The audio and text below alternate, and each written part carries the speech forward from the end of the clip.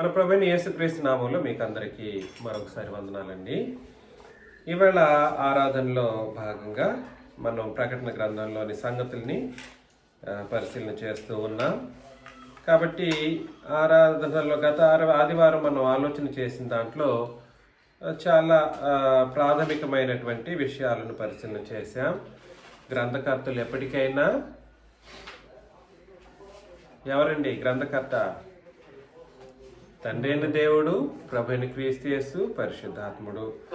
గ్రంథ రచయితలు ఎప్పటికైనా కూడా సరే ఎవరి చేతనైతే రాయించబడిందో వాళ్ళు మాత్రమే రచయితలు అవుతారు. సో యోహాను గారు రచయిత కాబట్టి ఈ యోహాను, అపోస్తులుడైనటువంటి యోహాను అందరికంటే చిన్నవాడు అన్నమాట. అందరికంటే చిన్నవాడు, లాస్ట్లో చనిపోయిన వ్యక్తి అన్నమాట. ఈయన జబదయి కుమారుడగు యోహాను అని కూడా చెబుతారు, అపోస్తులుడైన యోహాను. ఈ విషయం మీరు గుర్తుపెట్టుకోవాలి. అదేవిధంగా ఇంకేం ఆలోచన చేశాము?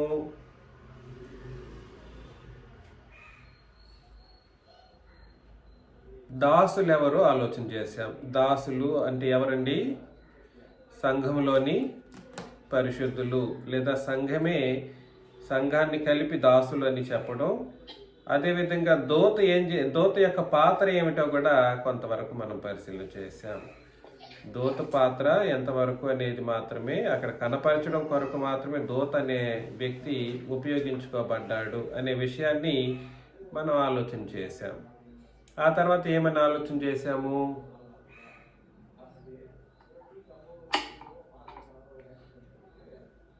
దూత కొంతవరకే కదండి ఉపయోగించుకోబడింది. ఇంకేం ఆలోచన చేసాం?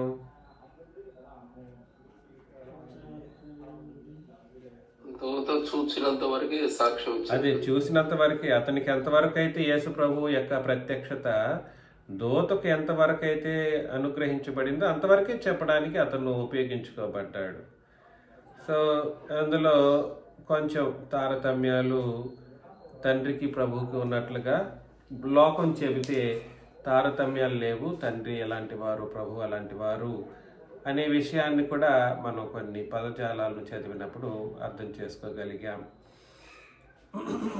తండ్రి క్రీస్తుకి ఎలాగైతే రాజ్యాన్ని అనుగ్రహించారో, స్థాపించారో, అదేవిధంగా క్రీస్తు తన రక్తం చేత ఏం చేశారు? రాజ్యాన్ని తండ్రికి ఏర్పాటు చేశారనే విషయాన్ని మనం చదివాం. రెండింటినీ కలిపి దేవుని రాజ్యం అని కూలంకషంగా చెప్పవచ్చు, తప్పులేదు. లేదా పరలోక రాజ్యము లేదా సంఘము అనే ఆ రాజ్యం గురించి చెప్పడం అనేది కూడా జరిగింది. 7వ వచనాన్ని మరొకసారి మనం పునఃపరిశీలన చేసేసి ముందుకు వెళదామండి. 7వ వచనం, ఇదిగో ఆయన మేఘారూఢుడై వచ్చుచున్నాడు, ప్రతి నేత్రము ఆయన్ను చూచును. కాబట్టి పాత నిబంధనలో ఇదే వచన భాగం ఉన్నట్లుగా మనం గత వారంలో పరిశీలన చేశాం. మేఘారూఢుడై వచ్చుచున్నాడు, ప్రతి నేత్రము ఆయన్ను చూచును, ఆయన్ను పొడిచిన వారును చూచెదరు, భూజనులందరూ ఆయన్ను చూచి రొమ్ము కొట్టుకొందరు. అవును, ఆమె నన్ను ఇక్కడికే ముగించేస్తాడు ఇక్కడ. కానీ పాత నిబంధనలో అక్కడికే ముగించడు. అది చూసే వాళ్ళు ఎవరు అనే విషయాన్ని కూడా అక్కడ మాట్లాడడం, అది జరిగేంత వరకు మీరు బ్రతికుంటారని మాట్లాడడం లాంటి కార్యక్రమాలను గత బుధవారం మనం పరిశీలన చేశాం. కాబట్టి మేఘారూఢుడై వచ్చుచున్నాడు. యేసు ప్రభు ఎలా వస్తారు? మేఘారూఢుడై.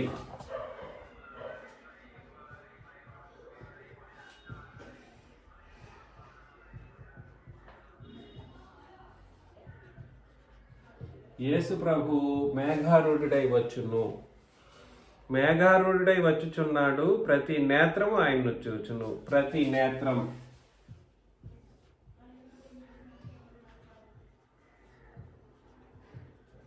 తర్వాత ఆయన్ను పొడిచిన వారు చూచెదరు.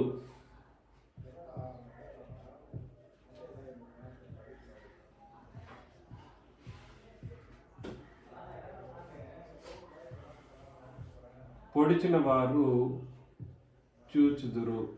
తర్వాత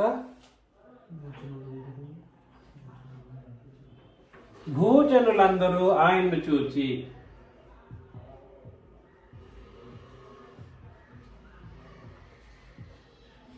భూజనులందరూ ఆయనను చూచి.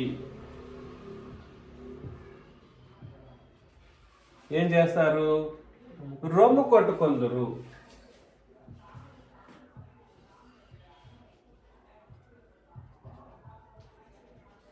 రొమ్ము కొట్టుకొందురు. అవును, ఆమేనని తెలియచేశాడు.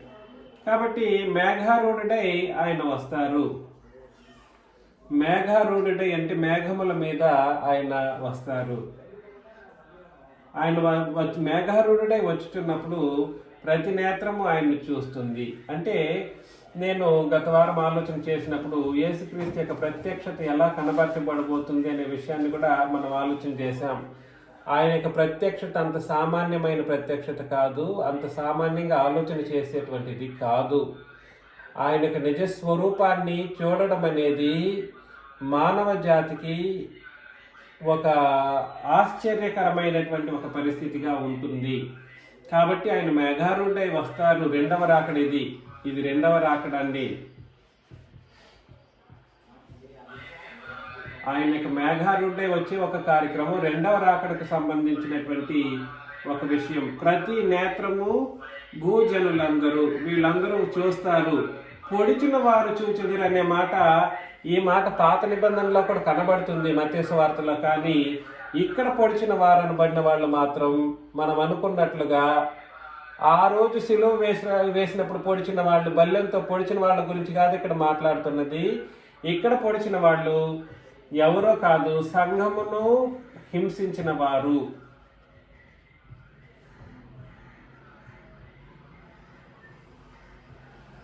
ఎవరైతే సంఘాన్ని ఇవాళ హింసిస్తున్నారో వాళ్ళు ఏం చేయబడిన వాళ్ళు?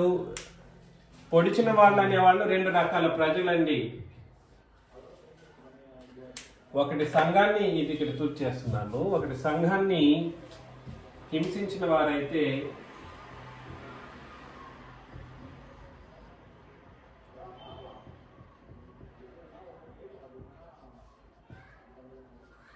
రెండో వాళ్ళు ధర్మశాస్త్రాన్ని ఇంకనూ పాటించడానికి ఏ కోణంలోనైనా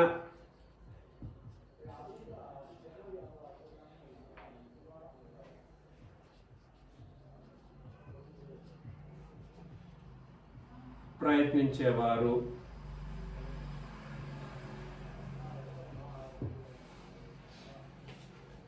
సంఘాన్ని హింసించే వాళ్ళు లోకంలో ఉంటారు, సంఘంలో కూడా ఉంటారు. సంఘాన్ని హింసించేవారు లోకంలో ఉంటారు, సంఘంలో కూడా ఉంటారు.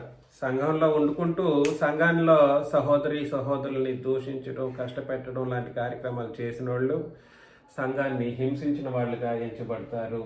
ధర్మశాస్త్రాన్ని పాటించడం అని అంటే వాస్తవానికి నేను చెప్పాను కదండి, 10 ఆజ్ఞలో లేదా ధర్మశాస్త్రంలో ఉన్న విషయాలను మాత్రమే పాటించడం కాదు. కానీ కీర్తనల గ్రంథంలో ఆత్మ సంబంధమైన విషయాలు, ఇశ్రాయేలీలకు చెప్పబడిన ఆత్మ సంబంధమైన విషయాలను, నీతిమంతులు ఎలా బ్రతుకుతాడు అని చెప్పినటువంటి ఆ నీతిమంతత్వపు సంగతులను సహితం ఒక బలును సమర్పించడం మాత్రమే ధర్మశాస్త్రాన్ని పాటించడమో కాదు, అందులోని నీతి ఆజ్ఞలను సహితం పాటించడానికి ఆయన ప్రయత్నం చేసే వాళ్ళందరూ కూడా ఏం చేసిన వాళ్ళుగా ఎంచబడతారంటే ధర్మశాస్త్రాన్ని పాటించడానికి ఆయన ప్రయత్నం చేసిన వాళ్ళుగా ఎంచబడతారు. ఈ విధముగా ధర్మశాస్త్రాన్ని బట్టి కానీ లేదా సంఘాన్ని హింసించే వాళ్ళు అల్టిమేట్గా యేసు ప్రభుని ఏం చేసే వాళ్ళుగా ఉంటారంటే సిలువ వేసిన వాళ్ళుగా. పొడిచిన వాళ్ళు అని అంటే సిలువ వేసిన వారు.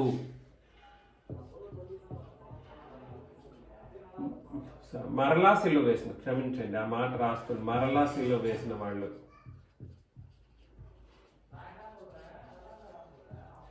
ఈ మరలా సిలువ వేసే వారి గురించి చాలా సందర్భాల్లో మనం చదివి ఉంటాం. గలతీ పత్రిక 2వ అధ్యాయం 16 నుండి చివరి వచనాలు కానీ, హెబ్రీ పత్రిక 6వ అధ్యాయం మొదటి 6 వచనాల్లో కూడా సరే యేసు ప్రభువుని బాహాటముగా మరలా సిలువ వేసే వాళ్ళు ఉన్నారు అనే విషయాన్ని మనం చదువుతాం. అదేవిధంగా హెబ్రీ పత్రిక 10వ అధ్యాయం 26 నుండి 29 వచనాల వరకు ఆ విషయాన్ని ఎవరైతే నిబంధనానుసారంగా బ్రతకలేదో వాళ్ళు యేసు ప్రభువుని ఏం చేసిన వాళ్ళకి ఎంచబడతారంటే మరలా సిలువ వేసిన వాళ్ళగా ఎంచబడతారనే విషయాన్ని మనం అనేక సందర్భాల్లో చదువుతామన్నమాట. పడగొట్టబడిన దాన్ని మరలా కట్టడం అంటే సిలువ వేయడమే. అర్థమవుతుందా? అదేవిధంగా సంఘాన్ని ఏర్పాటు చేసిన తర్వాత సంఘంలో ఉన్న సహోదరులను హింసించేవాళ్ళు, సంఘంలో ఉండని సంఘానికి వెలుపల ఉండని ఎవరైనా ప్రభువైన యేసుక్రీస్తుని హింసించే వాళ్ళుగా ఎంచబడతారు. అందులో పౌలు సౌలుగా ఉన్నప్పుడు సంఘాన్ని హింసించినప్పుడు యేసు ప్రభు దిగి రావటం, పరలోకం నుండి వచ్చి అతన్ని హెచ్చరించటం, అతన్ని మరలా మార్చడం అనేటువంటి కార్యక్రమాలు జరిగింది. కాబట్టి ఆ విధంగా పొడిచిన వాళ్ళు కూడా చూస్తారంట యేసు ప్రభు యొక్క రాకడప్పుడు. అదేవిధంగా భూజనులందరూ అని అంటే సర్వ ప్రపంచంలో ఉన్న మానవులందరూ కూడా సరే ఆయన్ను చూస్తారు. ప్రతి నేత్రం అనే మాట ఒక భూజనులందరూ అనే మాటకు వ్యత్యాసం ఉంది. ప్రతి నేత్రం అని అన్నప్పుడు చూడగలిగిన చూడగలిగిన ప్రతి వాళ్ళు అంటే ఇందులో ప్రతి నేత్రం క్రింద దేవదూతలు కూడా వస్తారు. వాళ్ళు కూడా యేసు ప్రభువుని చూస్తారంట, సంపూర్ణంగా చూడగలరు. దేవదూతలకు సంబంధించి కూడా వాళ్ళు కూడా యేసు ప్రభువు యొక్క నిజతత్వాన్ని అప్పుడు గమనిస్తారు. భూజనులందరూ అంటే సమస్త పాపుల గురించి మాట్లాడడం జరిగింది. 3 రకాల వ్యక్తిత్వాలు ఇక్కడ అభివర్ణించడం అనేది మనం చూస్తాం. కాబట్టి క్రీస్తు యొక్క రెండవ రాకడప్పుడు ఆయన యొక్క ప్రత్యక్షత అన్నది సామాన్యంగా ఉండబోదు. ఆయన మహోన్నతమైనటువంటి ప్రత్యక్షత చాలా చాలా గొప్పగా ఉండబోతుంది అనే విషయాన్ని ఇక్కడ మాట్లాడుతున్నాడు అన్నమాట. ఆయన్ను పొడిచిన వారిని చూచిదురు భూజనులందరూ అంటే పాపులందరూ ఆయన్ను చూచి అప్పుడు రొమ్ము కొట్టుకుంటారు. ఎవరు రొమ్ము కొట్టుకుంటారు? భూజనులందరూ. ఎంత చెప్పిన తర్వాత కూడా ఈ విషయాన్ని యేసు ప్రభువు అనే ఒక ఆయన ఉన్నారు, ఆయన నిజమైన దేవుడు, ఆయన మన పాపముల కొరకు మరణించారని ఈ క్రొత్త నిబంధన ప్రజలు చెప్పినా మేము వినలేకపోయామే, ఎంత అజ్ఞానులమో అని అప్పుడు తల నోరు నెత్తి కొట్టుకుంటూ ఏడుస్తారన్నమాట, రొమ్ము కొట్టుకుంటారు, అయ్యో అయ్యో అని కొట్టుకుంటారన్నమాట. ఇంతటి మహోన్నతమైన వ్యక్తిని దేవుడిగా మేము గుర్తించలేకపోయామే అని అప్పుడు బాధపడతారన్నమాట. ఈ భూజనుల్లో ఉన్నటువంటి భూజనులైనటువంటి పాపులు అన్నమాట అండి. ఈ విషయాన్ని మనం గుర్తుపెట్టుకోవాలి. 8వ వచనంలో అల్ఫయు ఒమేగయు నేనే, వర్తమాన భూత భవిష్యత్ కాలముల్లో ఉండువాడను నేనే అని సర్వాధికారియు దేవుడు నాకు ప్రభువు సెలవిచ్చున్నాడు. ఎందుకు టకామని తండ్రిని దేవుడి గురించి మాట్లాడడం జరిగింది? ఎందుకు జరుగుతుంది చెప్పండి? ఇక్కడ చూడండి, ఇక్కడ పదాలు నేను అందుకోసమే రాశాను. ప్రతి నేత్రం ఏం చేస్తుంది? చూచును. పొడిచిన వాళ్ళు ఏం చేస్తారు? చూస్తారు. ఆయన భూజనులందరూ కూడా ఏం చేస్తారు? చూస్తారు. చూచును అనేది దేన్ని సూచిస్తుంది అంటే క్రీస్తు యొక్క ప్రత్యక్షతను సూచిస్తుంది. అదే కదండి దాని అర్థం. ప్రత్యక్షతను చూడటం అనేది ప్రత్యక్షతకు సంబంధించినటువంటి క్రీస్తు యొక్క ప్రత్యక్షతను చూస్తారు వీళ్ళందరూ అని. కాకపోతే ఈ ప్రత్యక్షతను కనపరిచే ఆయన ఎవరు? ఈ ప్రత్యక్షతను కనపరచడానికి వచ్చే ఆయన ఎవరు? తండ్రి అయిన దేవుడు. ఎగ్జాక్ట్లీ. అందుకని అక్కడ 8వ వచనంలో అల్ఫయు ఒమేగయు నేనే, వర్తమాన భూత భవిష్యత్ కాలంలో ఉండవాడును నేనే అని సర్వాధికారి యొక్క దేవుడు చెప్తున్నాడంట. అంటే దేవుడు ఏం చేస్తాడనంటే చూసేటట్లుగా క్రీస్తు యొక్క నిజమైన ప్రత్యక్షతను మనకు అనుగ్రహిస్తాడు అని దాని అర్థం. క్రీస్తు యొక్క రెండవ రాకడప్పుడు ఆయన యొక్క ప్రత్యక్షతను మనం చూసేటట్లుగా ఆయనకి నిజతత్వాన్ని కనపరచబోయేది ఎవరు అని అంటే తండ్రి అయిన దేవుడు. కాన్సెప్ట్ ఎప్పటికీ మారదు. క్రీస్తు యొక్క ప్రత్యక్షతను కనపరిచేది నిజానికి చెప్పాలంటే పాత నిబంధనలో కూడా క్రీస్తు యొక్క ప్రత్యక్షతను కనపరచడానికి కారణం తండ్రి అయిన దేవుడు. ఆయన యొక్క మొదటి ప్రత్యక్షతను కారణం కూడా తండ్రి అయిన దేవుడే. మొదటి దశలోనికీలకు రాసిన పత్రిక 4వ అధ్యాయం 15 నుండి 17 వచనాలు మనం చదివినప్పుడు, మొదటి దశలోనికీలకు రాసిన పత్రిక 4వ అధ్యాయం 15 నుండి 17 వచనాలను చదివితే, మేము ప్రభువు మాటను బట్టి మీతో చెప్పున్నదేమనగా ప్రభువు మాటను బట్టి మీతో చెప్పునదేమనగా, ప్రభువు రాకడ వరకు సజీవులమై నిలిచియుండు మనము నిద్రించిన వారి కంటే ముందుగా ఆయన సన్నిధి చేరము. క్షమించండి, 14 కూడా ఒకసారి చదువుతారా ఎవరైనా? 14. యేసు మృతుతో తిరిగి లేచినని మనము నమ్మిన అతి ప్రకారము యేసునందు నిద్రించిన వారిని దేవుడు ఆయనతో కూడా వెంట పెట్టుకుని వచ్చాడు. ఎవరు వస్తారు? తండ్రి అయిన దేవుడు ఆయనతో కూడా వెంట పెట్టుకుని వస్తారంట. ఇంకోసారి క్లియర్ గా చదవండి, ఆయన చదివింది సరిగా క్లియరెన్స్ లేదు. యేసు మృతి పొంది తిరిగి లేచినని మనము నమ్మిన ఎడల. కాబట్టి మన నమ్మకం ఆయన పుట్టుక గురించి కాదండి. క్రీస్తు యేసు యొక్క నమ్మకం దేని గురించి అంటే ఆయన మరణం గురించి. అలా ఆయన తిరిగి లేచినని మనం నమ్మిన ఎడల అదే ప్రకారము యేసునందు నిద్రించిన వారిని దేవుడు ఆయనతో కూడా వెంట పెట్టుకుని వచ్చును. చూసారా, దేవుడు వస్తారు ముందు. అర్థమవుతుందా? అంతటి వరకు ఆ దేవుడిని ఎవరైనా చూసారా? అదే మనం 1 తిమోతికి రాసిన పత్రిక 6వ అధ్యాయంలో నేర్చుకున్నది, అవునా కాదా? గత వారంలో ఆ విషయాన్ని మీకు చాలా కూలంకషంగా ఆలోచన చేశాం. క్రీస్తు యొక్క ప్రత్యక్షతను కనపరచడానికి ఆయన వస్తారు. ఆయన తీసుకుని వస్తారు, మనల్ని తీసుకొస్తారు. ముందు సంఘములో పరిశుద్ధులైనటువంటి వారిని తీసుకొస్తారంట. ఇప్పుడు 15 నుండి నేను చదివిస్తాను, చూడండి. మేము ప్రభు మాటను బట్టి మీతో చెప్పున్నది ఏమనగా, ప్రభువు రాకడ వరకు సజీవులమై ఉండు మనము, అంటే ఆయన వచ్చేంత వరకు ఎవరైనా మనం బ్రతికున్నప్పుడు మనం నిద్రించిన వారి కంటే ముందుగా ఆయన సన్నిధికి చేరము. మనం ముందుకెళ్ళాం. ముందు క్రీస్తు నందు నిద్రించిన వాళ్ళు ఎవరైతే ఉంటారో, ఇక్కడ ఒక డిబేట్లో ఒక అతను నన్ను ప్రశ్నించారండి. ఆయన ప్రశ్న ఏమిటనంటే, క్రీస్తు ముందుగా మరణించిన వాళ్ళు ముందు లేపబడతారు, ఎందుకంటే ఇక్కడ అలా ఉంది అని అన్నారు. ముందుగా లేపబడిన వాళ్ళు కాదు, క్రీస్తు నందు ముందుగా నిద్రించిన వాళ్ళు ముందుగా లేపబడతారు. క్రీస్తు నందు అని అంటే అది సంఘాన్ని సూచించే మాట. అర్థమవుతుందండి? క్రీస్తు నందు సంఘాన్ని అంటే ఆయన ఉద్దేశం ఏమిటనంటే, నాతో డిబేట్ చేసిన ఆయనకి ఉద్దేశం ఏమిటనంటే, ముందుగా అబ్రహాం లాంటి వాళ్ళు చనిపోయారు, ఆ తర్వాత మోషే లాంటి వాళ్ళు, దావీదు లాంటి వాళ్ళు, వాళ్ళందరూ చనిపోయారు కాబట్టి వాళ్ళని ముందు లేపుతాడు, తర్వాత మనల్ని లేపుతారు, లేదంటే మనం బ్రతికుంటే మనల్ని తీసుకెళ్తారు అన్నట్లుగా చెప్పాడు. అట్లా కాదు అది. క్రీస్తు నందు మృతులైన వాళ్ళు ఎవరనంటే, క్రొత్త నిబంధన సంఘంలో ఉండి మృతి నొందిన వాళ్ళ గురించి చెప్పడం జరిగిందన్నమాట. వాళ్ళు నిద్రించిన వారి కంటే ముందుగా ఆయన మనం ముందుగా చేరం. ముందు మనకంటే ముందు పరిశుద్ధులైన వాళ్ళు ఎవరైనా చనిపోయి ఉంటే వాళ్ళు లేపబడతారు. ముందు వాళ్ళకి ప్రయారిటీ. ఆ తర్వాత మనం అందరం లేపబడతాం చనిపోయి ఉంటే. లేదా మనం బ్రతికున్నాం అనుకోండి, మనం అలాగే సజీవులంగా ఉంటే మనం ఆయన సన్నిధికి అప్పుడు తర్వాత చేరుతామన్నమాట.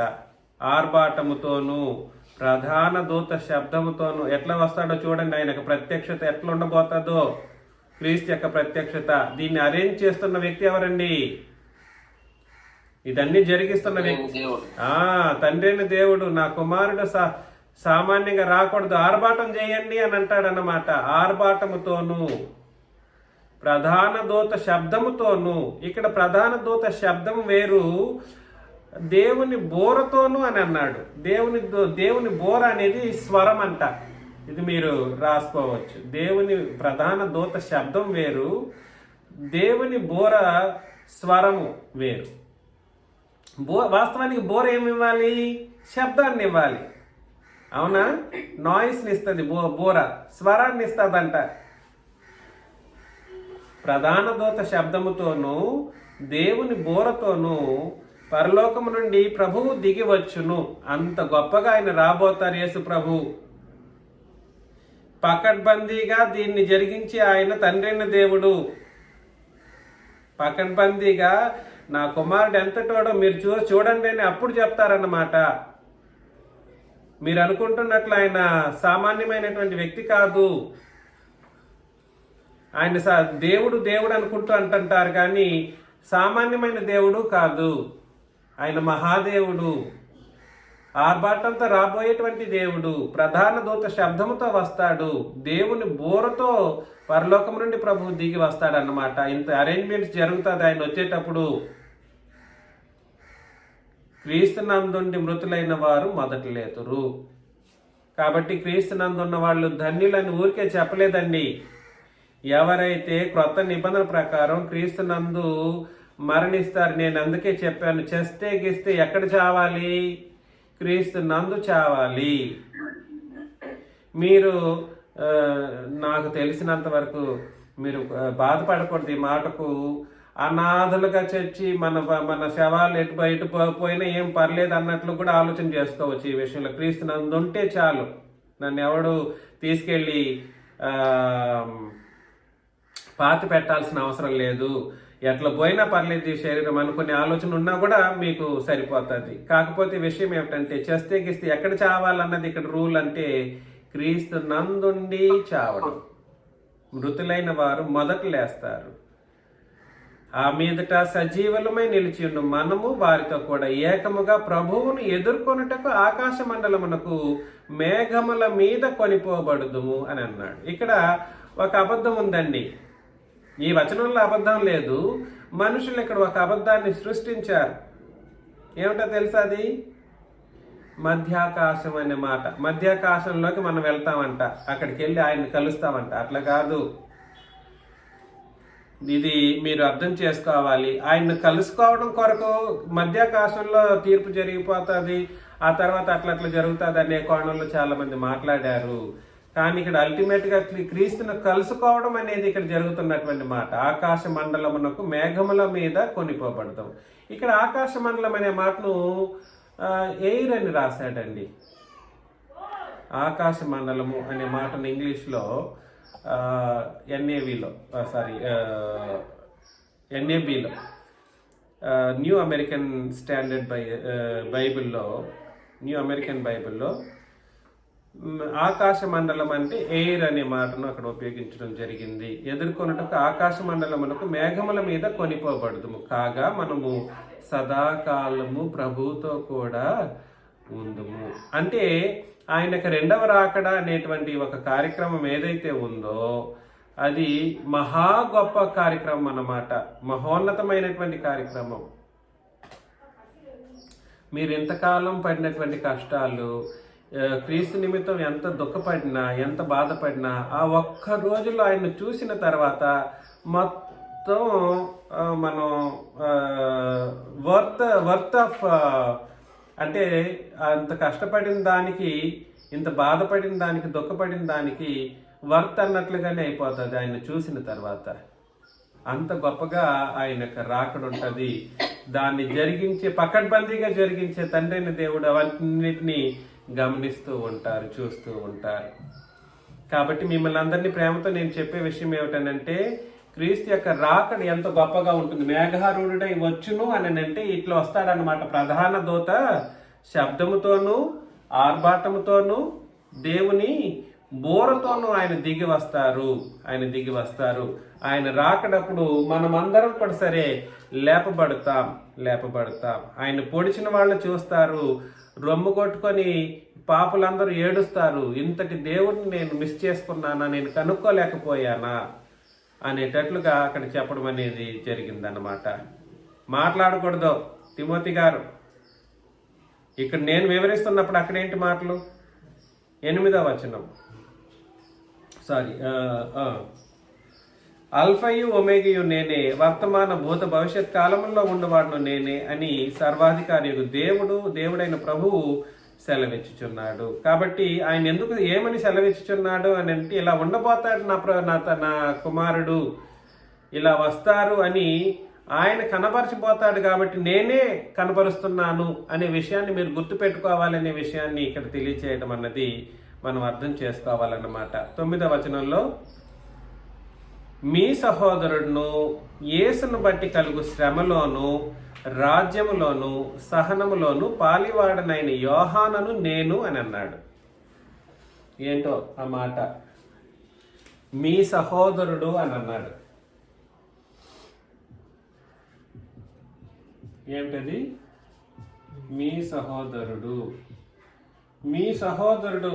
ఎప్పుడైనా సహోదరుడు అనే మాటకు డెఫినేషన్ యోహాన్ గారు ఇచ్చిన డెఫినేషన్ ఎంత బాగుందో చూడండి.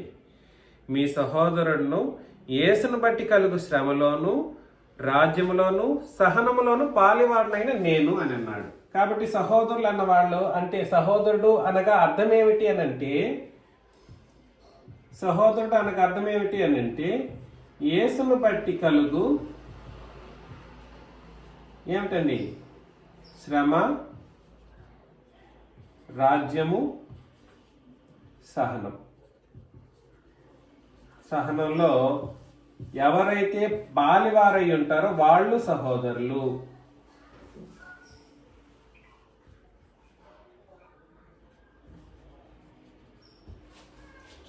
చెప్పండి, సహోదరులు అంటే అర్థం ఏమిటనంటే యేసును బట్టి కలుగు శ్రమలో పాలివాళ్ళ అవ్వాలి. యేసును బట్టి ఏర్పడినటువంటి రాజ్యం ఏదైతే ఉందో ఆ రాజ్యంలో సంబంధులుగా ఉండాలి. అదేవిధంగా యేసును బట్టి కలుగు శ్రమలో రాజ్యంలో వండుకుంటూ దాంట్లో ఎలా ఉండాలని అంటే సహనముతో అక్కడ ఉండాలి, రాజ్యంలో ఉండాలి, సంఘములో ఉండాలి. వీళ్ళని ఏమని పిలుస్తారు అని అంటే సహోదరులు. కాబట్టి సహోదరులు అని అంటే దీనికి చాలా మంది చాలా అర్థాలు చెబుతూ ఉంటారు. ఏమని చెప్తుంటారు? సహోదరులు, ఒక రక్తం ఒక కడుపు పుట్టిన వాళ్ళు, ఇట్లా భౌతికమైన అర్థాలు వెతుకుతూ డిక్షనరీలు చెప్పేవాళ్ళు చాలా మంది ఉన్నారు. ఆ పనికిరాని డిక్షనరీలు పక్కన పెట్టేసి గ్రంథం ఇచ్చిన డిక్షనరీకి సంబంధించినటువంటి లేఖనాలను మీరందరూ మనసులో పెట్టుకోవాలన్నమాట. కాబట్టి సహోదరులు అంటే అర్థం ఏమిటండి? ఎప్పుడు మనం అందరం సహోదరులం అవుతాం? కొంతమంది శ్రమలు పడుతూ ఉంటారు, వాళ్ళకి వాళ్ళే క్రియేట్ చేసుకుని ఉంటారు శ్రమలు. అది యేసును బట్టిన కలిగిన శ్రమలు కాదు. ఎట్లాగా? శ్రమ అనేది ఎవరికి వాళ్ళు క్రియేట్ చేసుకుని ఉంటారు. నేను తప్పు చేశాను అనుకోండి, నేను పాపం చేస్తాను అనుకోండి, నాకు నేనేం చేసుకుంటానంటే శ్రమను క్రియేట్ చేసుకుంటాను. దాన్ని నేనేం చేయకూడదని అంటే యేసును బట్టి నాకు ఈ శ్రమ కలిగింది అని కలుపుకోకూడదు. అర్థమవుతుంది నేను చెప్పింది? నా పాపానికి నేను చేసినందుకు నేనే శ్రమను అనుభవిస్తే అది యేసును బట్టి కలిగినట్లుగా అన్న దాని అర్థం కాదు. కాబట్టి యేసును బట్టి కలిగే శ్రమ ఏమిటి? యేసును బట్టి కలిగే శ్రమలు ఏమిటి? సంఘంలోను రాజ్యంలోను. యేసును బట్టే శ్రమలు మనం నిజముగా క్రొత్త నిబంధన ప్రకారం బ్రతుకుతూ ఉన్నప్పుడు అపవాది మనల్ని అనేక విధాలుగా శ్రమ పెడుతూ ఉంటాడనమాట. శ్రమలు, మహాశ్రమలు వస్తూ ఉంటాయి. శ్రమలు, మహాశ్రమలు, అగ్ని వంటి మహాశ్రమలు. ఏంటి శ్రమల యొక్క తీవ్రతలు ఏంటి చెప్పండి? శ్రమలు, మహాశ్రమలు, అగ్ని వంటి మహాశ్రమ.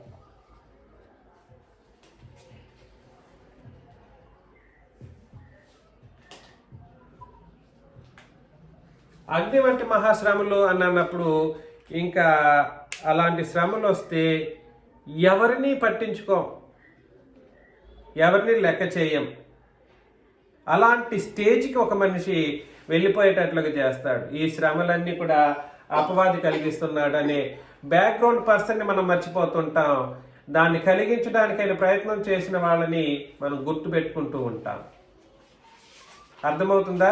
కాబట్టి ఇప్పుడు సంఘంలో ఏవైనా యేసును బట్టి ఎవరైనా ఒక సహోదరుడో ఒక సహోదరియో శ్రమను అనుభవించారనుకోండి, అందులో మనం పాలుభాగస్సులం అవ్వాలి. మనం చాలా సందర్భాల్లో ఈ కార్యక్రమంలో మాత్రం పార్టిసిపేట్ చేయలేకపోతూ ఉంటాం. శ్రమల్లో పాలుభాగస్సులు అవ్వడం అనేది మనం చేయలేకపోతూ ఉంటాం. అది ఎందుకొరకు వచ్చిందని అంటే వాళ్ళ కష్టాన్ని బట్టి వాళ్ళకి వచ్చి ఉంటుంది. ఆ సందర్భాన్ని మాత్రం మనం తప్పుగా అపార్థం చేసుకునే అవకాశాలు ఉంటాయి. సంఘములో యేసును బట్టి ఒక సహోదరుడికో ఒక సహోదరికో బాధ అనుభవించే ఒక పరిస్థితి. సంఘంలో ఒక సహోదరుడు ఒకరింటికి పిలిచారు. వాళ్ళకి క్రీస్తు ప్రేమను బట్టి మనం వాళ్ళ ఇంటికి వెళ్ళాం. వాళ్ళు కష్టాల్లో ఉన్నారని తెలిసి వచ్చింది. వాళ్ళ శ్రమల్లో మనం ఏం చేయాలని అంటే పాలుభాగస్సులం అవ్వాలి. అర్థమవుతుందా? అలాగా ఆయన రాజ్యంలో ఉండాలి. ఎట్టి పరిస్థితుల్లో రాజ్యం నుండి వెళ్ళిపోవడానికి కానీ, శ్రమలు వచ్చినందుకు రాజ్యంలో ఉండే అవకాశాలు చాలా మంది కోల్పోవడానికి ఆయన ప్రయత్నం చేస్తూ ఉంటారు. చిన్నరాజా అట్లా, చిన్నరాజా ఎట్లా, చిన్నరాజా కాదు కదా ఇక్కడ రాజ్యం, సంఘం అనేది రాజ్యం.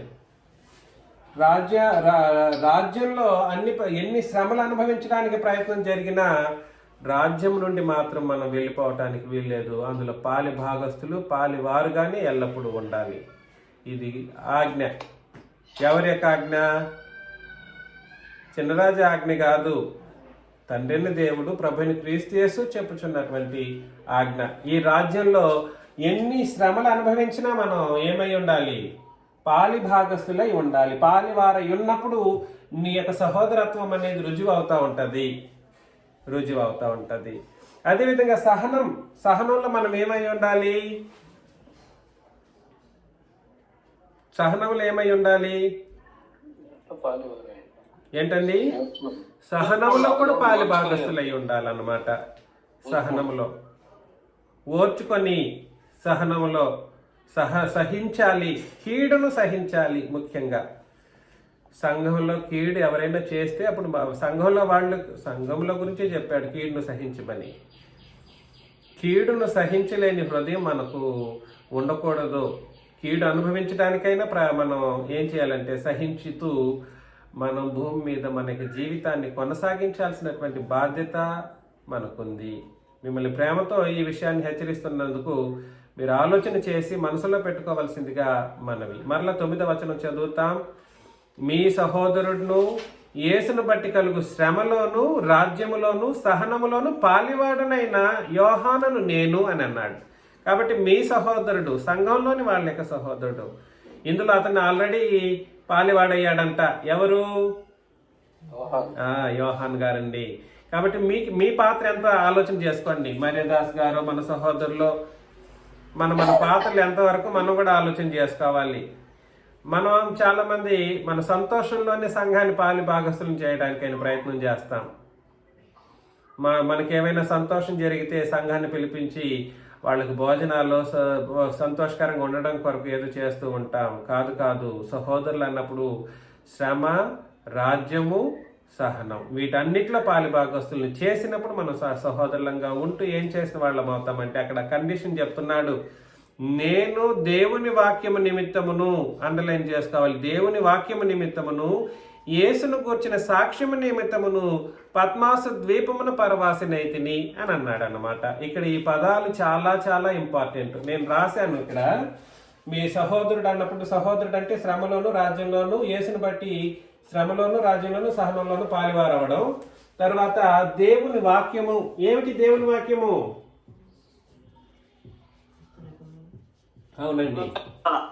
అవునండి, క్రొత్త నిబంధన. ఆ తర్వాత యేసును గురించిన సాక్ష్యం ఏమిటి? ఎగ్జాక్ట్లీ.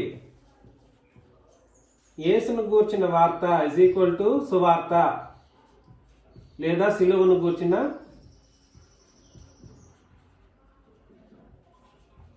వార్త. సిలువను గూర్చిన వార్త అన్నా, యేసును గూర్చిన వార్త అన్నా, సువార్త అన్నా ఒకటే. దాన్ని ఏం సువార్త అని అంటారంటే క్రొత్త నిబంధన సువార్త అంటారు. ఇక్కడ పద్మాసు ద్వీపమున పరవాసి అని అంటే అర్థం ఏమిటి? పరవాసులం. మనం భూమి మీద మనం కూడా పరదేశులమును పరవాసులమునై ఉన్నాం అని అర్థం అన్నమాట. పరవాసి అనే మాట యొక్క అర్థం ఇక్కడ ప్రత్యేకించి పద్మాసు ద్వీపములో పరవాసి అంటే అర్థం ఏమిటనంటే జైలు అన్నమాట. అక్కడ ఆ ద్వీపాలలో పూర్వకాలంలో జైళ్ళు ఏర్పాటు చేసేవాళ్ళు. ఎందుకనంటే తప్పించుకోకూడదు, ఖైదీలు తప్పించుకోకూడదు అన్నటువంటి ఉద్దేశంలో ఎక్కడో ఒక మూలలో ఉన్నటువంటి ఒక ద్వీపాన్ని అరేంజ్ చేసుకొని వాళ్ళు ఏం చేసేవాళ్ళు అనంటే జైళ్ళు తయారు చేసేవాళ్ళు, చెరసాలు తయారు చేసేవాళ్ళు, అక్కడ తీసుకెళ్లి వేసేవాళ్ళు. అందుకని ఇక్కడ యోహాన్ గారిని ఏం చేశారనంటే పద్మాసు ద్వీపంలో ఏం చేశారు? పరవాసుని చేశారనమాట. పద్మాసు ద్వీపంలో జైల్లో వేశారు అని దాని అర్థం. అర్థమవుతుంది కదండి? కాబట్టి పద్మాసు ద్వీపమున పరవాసి అని అంటే అక్కడ కొద్ది రోజులకే ఉంటాడు అని. మనం కూడా భూమి మీద పరదేశంలోను పరవాసులమై ఉంటాం. మన భూమి మీద భూమే శాశ్వతం కాదు కాబట్టి మన యొక్క నివాసం ఏమిటి?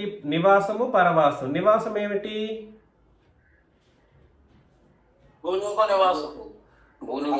ఏంటి భూనివాసం అంటారు? మన నివాసం ఎక్కడిది? మన నివాసం పరలోకం. తిరిగి భూనివాసం అన్నోళ్ళు చతికిల పడ్డారు. మన నివాసం పరలోకం, మన పరవాసం భూలోకం. నేను చెప్పాను, మనం భూలోకంలో పరవాసులమని 4 సార్లు చెప్పాను. భూలోకం అన్నది మనకు పరవాసం, పరలోకం అన్నది మన యొక్క నివాసం. అందుకని పద్మాస ద్వీపమున పరవాసి అనే మాట అక్కడ తాత్కాలికంగా ఉండబోతాడు. ఎందుకంటే జైల్లో ఎవరు పరవాసంగానే ఉంటారు, శాశ్వతంగా ఉండరు. కాబట్టి మిమ్మల్ని ప్రేమతో నేను హెచ్చరిస్తున్న విషయాన్ని మీరు ఆలోచన చేయండి. ఇక్కడ యోహాను గారిని అలా జైల్లో వేయించడానికి అపవాది చాలా కార్యక్రమాలు చేశాడన్నమాట. అపవాది చేసినటువంటి ఒక కార్యక్రమం ఎందుకు అని అంటే, శ్రమలు అనుభవించడంలోనూ రాజ్యంలోనూ సహనంలో అయితే ఖచ్చితంగా శ్రమలు అనుభవించాల్సిందే.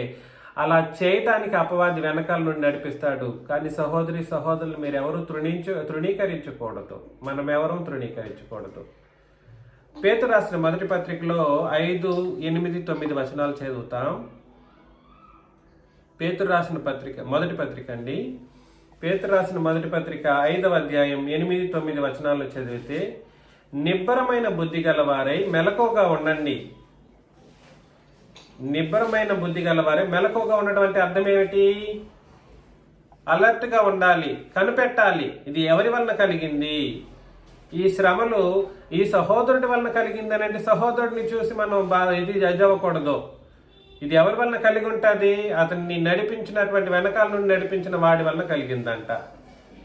మీ విరోధి అయిన అపవాది గర్జించు సింహము వలె ఎవరిని మృంగుదునా అని వెతుకుతూ తిరుగుచున్నాడు. కాబట్టి మనల్ని వెతుకుతాడు. వాడి యొక్క టార్గెట్ ఎవరండి? అపవాది గర్జించు సింహం వల్లే ఎవరిని పడితే వాళ్ళని మింగాల్సిన అవసరం లేదు వాడికి. ఆల్రెడీ వాళ్ళందరూ వాడి చెప్పు చేతల్లో ఉన్నోళ్లే. కాకపోతే సంఘము, ఎవరైతే సంఘంలో పరిశుద్ధులుగా ఉంటారో, నీతిమంతులుగా తీర్చబడ్డారో క్రొత్త నిబంధన ప్రకారం, వాళ్లే వాడి యొక్క గురి. ఎవరిని మృంగుదునా అని వెదుకుతూ తిరుగుచున్నాడు. లోకమందన్న మీ సహోదరుల యందు ఈ విధమైన శ్రమలే నెరవేరుచున్నవని. ఎవరికి? కాబట్టి సహోదరులు అన్న వాళ్ళు దేంట్లో పాలు భాగస్తులై ఉంటారు? శ్రమలోను, రాజ్యములోను, సహనంలోను పాలు భాగస్తులై ఉంటారు. కాబట్టి వాడు మనల్ని శ్రమల పాలు చేయడం ద్వారా ఎన్నో ఇబ్బందులు క్రియేట్ చేయడానికి ఆయన ప్రయత్నం చేస్తూ ఉంటాడు. ఈ విధమైన శ్రమలే నెరవేర్చున్నదని ఎరిగి విశ్వాసమందు స్థిరులై వానినే ఎదిరించాలి. వాణ్ణి ఎలా ఎదిరిస్తాం మనం? సహోదరుని అన్నందుకు ఎదిరించిన వాళ్ళం అవుతామా? సహోదరుణ్ణి కాదు. పాయింట్ పట్టాలి, వెనకాల జరిగిస్తున్న వాడిని పట్టాలి. వాడి యొక్క అందుకే మెలకువగా బుద్ధి కలిగిన వాళ్ళై మెలకువగా ఉండండి అని అన్నాడు. మెలకువగా ఉన్న వాళ్ళు ఏం చేస్తారంటే, ఈ సహోదరుడిని వెనకాల అపవాది నడిపిస్తున్నాడా, ఈ సహోదరుడిని వెనకాల అపవాది ఉన్నాడా, అయితే ఇట్లా కాదు, మనం ఎదిరించాల్సింది నా సహోదరుడిని కాదు, నేను నా సహోదరుడినో బాధ పెట్టడం కాదు, నేను కనిపెట్టాల్సింది ఎవరిని? అపవాదిని అని. అపవాదిని మనం కనిపెట్టి వానిని మనం ఏం చేయాలని అంటే ఎరిగి మన యొక్క విశ్వాసాన్ని ఏం చేసుకోవాలంటే స్థిరంగా మనం చూసుకోవాలి. ఏం చేయాలండి? మన విశ్వాసాన్ని స్థిరంగా మనం చూసుకోవాలి. అందుకని మిమ్మల్ని ప్రేమతో హెచ్చరిస్తున్న విషయం ఏమిటంటే, యోహాను చివరికి జైలుకి వెళ్ళేంతగా అపవాది హింసించాడన్నమాట. ఎలాగా? జైలుకి వెళ్ళేంతగా శ్రమ పెట్టబడి అపవాది హింసించాడు. అర్థమవుతుంది నేను చెప్తున్నది? జైలుకి వెళ్ళేంతగా. ఇప్పుడు జైలుకి వెళ్ళేంతగా అన్నప్పుడు అంత పరిస్థితులు లేవు, అవసరం లేదు, ఉండదు కూడా నాకు తెలిసి. కానీ మనం ఎదుర్కొంటున్నటువంటి చిన్న చిన్న శ్రమలకి, సమస్యలకి మనం ఎక్కువగా సహోదరుల్ని తృణీకరించడానికి వీల్లేదు. ఆలోచన చేయండి. 10 నుండి 12 వచనాలు చదివేసుకుందాం. ప్రభువు దినమందు, నేను ఇంతకుముందు చెప్పాను ప్రభువు దినం అంటే ఏమిటండి? క్రీస్తు యొక్క ప్రభు దినం అని అంటే ఆదివారం దినం. ఇంకా కూడా అండి, ఇన్ని ఉపదేశాలు ఇన్ని సంవత్సరాలుగా చెబుతున్నా విని ఒక్క వాక్యం చూపించినోడు కూడా మరలా తిరిగి కఠిన హృదయుడై ఆదివార దినాన్ని ప్రభు దినం అంటాడు. ఆదివార దినం ప్రభు దినం అని ఏ ఒక్క చోట కూడా లేదు. అర్థమవుతుంది కదా? ప్రభు దినమందు ఆత్మవశుడినై ఉండగా, ప్రభు దినమందు ఆత్మవశుడు, ఆ రోజుకి ఆత్మ చేత వసింపబడినవాడుగా ఆ రోజుకి వెళ్ళిపోయాడు. ఏ రోజుకి వెళ్ళాడు? యేసుక్రీస్తు యొక్క మేఘారూఢుడై వచ్చే ఆ రోజులో ఏం జరగబోతుందో చూడడానికి వెళ్ళాడు. అర్థమవుతుందండి నేను చెప్పేది? ఆ రోజు ప్రభు దినమందు, ఆయన రాకడి దినమందు, మేఘారూఢుడై వచ్చే ఆ దినమందు ఆయన యొక్క రూపాన్ని చూడడానికి వెళుతూ ఉన్నాడు. ఆయన రూపానికి చూడ్డానికి పరిశుద్ధాత్మ చేత ట్రాన్స్పోర్ట్ చేయబడ్డాడు. అందుకనే ఆత్మవశుడు అంటే మాట ఏమిటనంటే ఆత్మ చేత వసింపబడినవాడు లేదా ఆత్మ చేత తీసుకెళ్లబడినవాడు అని అర్థం. ప్రకటన గ్రంథం 4:2 ఒకసారి చూడండి. ప్రకటన గ్రంథం 4:2, ప్రకటన గ్రంథం 17:3, ప్రకటన గ్రంథం 21:10. 1 4 2 17 3 21 10. ఒక్కొక్కటి చదవచ్చు.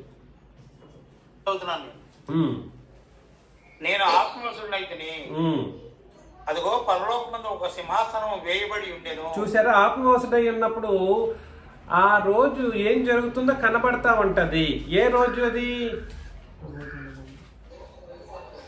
అక్కడ 4:2 చెప్పబడినటువంటి ఆ రోజు, పరలోకమందు ఉన్నటువంటి ఆ రోజులో ఆ పరిస్థితి ఎలా ఉందో చూసే ఒక పరిస్థితి అన్నమాట.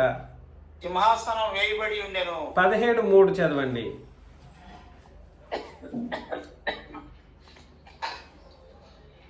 17:3 ప్రకటన గ్రంథం.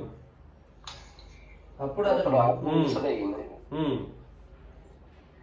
అతడు ఆత్మవశుడునైనున్న అరణ్యమునకు కొనిపోగా. ఎక్కడ ఆత్మవశుడైనప్పుడు ఎక్కడికి కొనిపోబడతాడు? ట్రాన్స్పోర్ట్ చేయబడతాడు అరణ్యమునకు. అంటే అర్థం ఏమిటంటేనండి, ఆత్మవశుడైనప్పుడు రియాలిటీ అనేది ఉండదు అక్కడ. ఆత్మవశుడై ఉన్నప్పుడు రియాలిటీ అప్పటికప్పుడు జరుగుతున్న సందర్భం గురించి కాదు మాట్లాడుతున్నది. దయచేసి ఈ విషయాన్ని మీరు గుర్తించండి. ఆత్మవశుడై ఉన్నప్పుడు అప్పటికప్పుడు జరుగుతున్న సందర్భం గురించి కాదు మాట్లాడుతున్నది. ఆత్మవశుడై ఉండడం అనే మాట ఫ్యూచరిస్టిక్ గానో లేదా ఫ్యూచర్ టైమింగో లేదా ఫ్యూచర్ ప్లేసో లేదా ఫ్యూచరిస్టిక్ ఇన్సిడెంట్స్ ని చెప్పే ఒక విషయమే కానీ అప్పటికు రియాలిటీలో జరుగుతున్నటువంటి రియల్ టైం ఇన్సిడెంట్ గురించి కాదు. అందుకని ప్రభుదినమందు ఆత్మవశుడై ఉండగా అంటే ఆ రోజు యేసు ప్రభు యొక్క రాకడ అనేటువంటి ప్రభుదినమందు ఏమయ్యాడు? ఇక్కడ రండి అండి, 10వ వచనం రండి, మరలా 1వ అధ్యాయం 10కి రండి. ప్రభుదినమందు ఆత్మవశుడై ఉండగానంటే ఆదివారం దినాన్ని కూర్చొని ఆత్మవశుడిగా ఉండడం రోజు గురించి కాదు అక్కడ మాట్లాడుతున్నది. గొప్ప స్వరము నేను చూస్తున్నది పుస్తకములో వ్రాసి. ఆగండి శేషు గారు, చాలు. ఆత్మవశుడినై ఉండగా ఆ రోజు ఏమయ్యాడంటే ఆత్మ చేత టైం ట్రావెల్ చేశాడు. రోజు గురించి కదండి మాట్లాడుతున్నది. అందుకని ఇక్కడ ఏం ట్రావెలింగ్ జరిగింది? Time travel. ఆ దినానికి ట్రాన్స్పోర్ట్ చేయబడ్డాడు కాబట్టి టైం ట్రావెలింగ్ అంటారు దాన్ని. ఆత్మవశుడై ఉండగా బోరధ్వని వంటి గొప్ప స్వరం. నేను ఇంతకుముందు చెప్పానా? ఏ రోజు? ఆ రోజు మనం తెస్సలోనికీయులకు రాసిన పత్రికలో చదివినప్పుడు ప్రధాన దూత శబ్దం అని అన్నాడు. దేవుని బోరతో వస్తారంట యేసు ప్రభువు. ఇక్కడేమన్నాడంటే ఆత్మవశుడై ఉన్న రోజు బోరధ్వని వంటి గొప్ప స్వరం అని అన్నాడు. అంటే బోరధ్వని అనేది దేనికి సూచనగా ఉంది? స్వరము. బోరధ్వని వంటి గొప్ప స్వరం. బోరధ్వని కాదు, అక్కడ బోర్లు ఉండవు, బోర్లు ఊదబడవు అక్కడ పరలోకానికి వచ్చిన తర్వాత, లేదా పరలోకానికి వెళ్ళిపోయిన తర్వాత. అలాంటి ఒక గొప్ప స్వరం అనేది వినబడుతుందన్నమాట. నీవు చూచుచున్నది పుస్తకములో రాసి, నువ్వేం చూస్తున్నావో రాయి. ఎఫెసు, స్ముర్నా, పెర్గెము, తుయతైరా, సార్దీస్, ఫిలదెల్ఫియా, లవొదికియా అను 7 సంఘములకు పంపమని చెప్పుట నా వెనుక వింటిని అని అన్నాడు. ఇట్లా చూస్తా ఉన్నాడు. ఆ రోజు ఏం జరగబోతుందో, ఇతని యొక్క పరిస్థితి ఇతనిలో లేడు. అసలు ఆత్మవశుడై ఉన్నటువంటి పరిస్థితుల్లో ఏదో జరుగుతున్నటువంటి సంగతులను గమనిస్తూ ఆశ్చర్యపోయి చూస్తూ ఉన్నటువంటి పరిస్థితుల్లో వెనకాల ఒక గొప్ప స్వరం వినబడిందంట. ఎట్లాంటి స్వరం అని అంటే బోరధ్వని వంటి స్వరం వినబడింది. బోరధ్వని వంటి స్వరం వినబడింది అన్నప్పుడే అది ఏ రోజు గురించి మాట్లాడుతున్నాడని అర్థం అనమాట అండి. రాకడ దినమేనండి. అందుకని అక్కడ తెస్సలోనికీయులకు రాసిన పత్రికలో బోరధ్వని వస్తుంది అని అన్నాడు. బోరతో వస్తాడని అన్నాడు. బోరతో అని అంటే ధ్వనితో లేదా బోరధ్వని కలిగినటువంటి స్వరముతో వస్తాడు అని. కాబట్టి ఈ సంఘాలు ఏవేవి? ఎఫెసు, స్ముర్నా, తుయతైరా, సార్దీస్, ఫిలదెల్ఫియా, లవొదికియా 7 సంఘాలు. వీటిని ఆసియాలోని సంఘాలని కూడా అంటారు. ఎక్కడ ఉన్నటువంటి సంఘాలు ఇవి? ఆసియాలోని సంఘాలు. సంఘములకు పంపమని చెప్పుట నా వెనుక వింటిని. ఇక్కడ మీరు ఒకటి క్యాచ్ చేయాలండి, దయచేసి ఆలోచన చేయండి. ఆ ప్రభుదినమందు జరగబోయేటువంటి పరిస్థితులు ఏవైతే ఉంటాయో ఆ రోజు ఎలాగైతే జరగబోతుందో దాన్ని ఈ సంఘాలకు జరిగిస్తున్నట్లుగా ఒక మాక్ డ్రిల్లింగే తప్ప ఇది నిజంగా జరుగుతున్నటువంటి సందర్భం కాదు. ఇక్కడ ఈ సంఘాలకన్నిటికీ తీర్పు యోహాను ఉన్నప్పుడు జరిగిపోలేదు. నేను చెప్పింది మీకు అర్థమవుతుందా? స్ముర్నాకి కానీ, పెర్గెము కానీ, తుయతైరా, ఈ 7 సంఘాలకి ఏం జరగలేదు? తీర్పు జరగలేదు. కాకపోతే ఎలా జరగబోతుందో వీటికి, ఒకవేళ ఆ సందర్భానికి అప్పటికప్పుడే తీర్పు జరిగితే ఈ సంఘాలకి ఏ విధంగా జరగగలదో దాన్ని ముందుగానే చెప్తున్నాడు అనమాట.